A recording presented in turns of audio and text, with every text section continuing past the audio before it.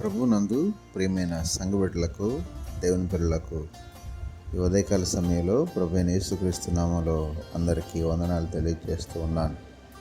గడిచిన రోజు నుంచి ఈ రోజు వరకు ప్రభు మనకు తోడుగా ఉండి ఆయన కాపుదల మనతో ఉంచి ఈ సమయంలో ఆయన్ని స్తుతించుకోవడానికి దేవుడిచ్చిన మంచి అవకాశాన్ని బట్టి దేవునికి మహిమ, ఘనత, ప్రభావాలు కలుగును గాక. ఆమేన్.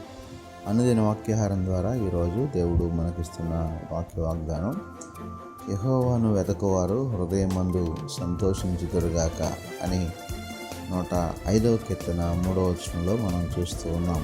దేవునికి మహిమ కలుగును గాక.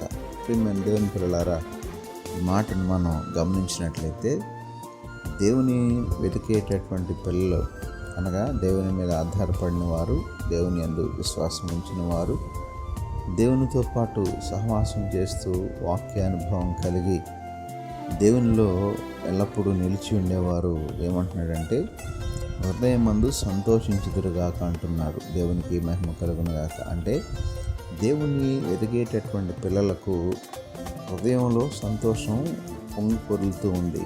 కారణం ఏంటంటే వారికి ఏ విధమైన ఇబ్బంది ఉండదు, సమస్య ఉండదు, శోధన ఉండదు, చిక్కులు ఉండవు. కారణం ఏంటంటే వారు దేవుని మీద అనుకున్నారు కాబట్టి.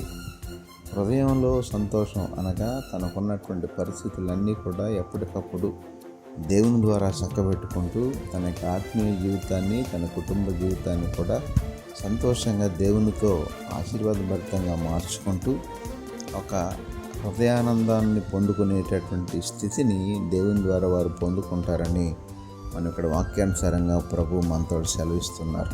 ఆ రీతిగా ఉదయకాల సమయంలో మరి ఎవరైతే దేవుని వెతికేవారుగా ఉంటారో అనగా దేవుని మీద ఆధారపడిన వారుగా ఉంటారో, దేవుని మీద విశ్వాసం ఉంచిన వారుగా ఉంటారో, వారందరికీ దేవుడు ఎల్లప్పుడూ నిత్య సంతోషాన్ని, నిత్య ఆనందాన్ని అనుగ్రహిస్తున్నట్లుగా ఈ ఉదయకాల సమయంలో ప్రభు మనకు తెలియజేస్తున్నారు. ఆ రీతిగా ఎల్లప్పుడూ ప్రభు మీద విశ్వాసం ఉంచి దేవుడిచ్చే సంతోషాన్ని పొందుకున్నట్లుగా ఈరోజు ఈ యొక్క వాక్య వాగ్దానం అందరి జీవితాల్లో నెరవేరును గాక. ఆమేన్. పరిశుద్ధుడైన మా దేవ, ప్రేమగల మా తండ్రి, ఉదయకాల సమయంలో మరొకసారి మీ శ్రేష్టమైన ఉన్నతమైన నామానికి వందనాలు, స్తోత్రాలు చెల్లిస్తున్నాం ప్రభువా. ఈరోజు మీరు మాకు ఇచ్చిన వాక్య వాగ్దానాన్ని బట్టి నీకే స్తోత్రాలు తండ్రి.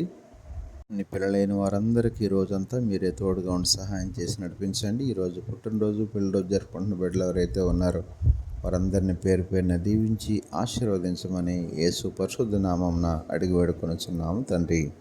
ఆమేన్.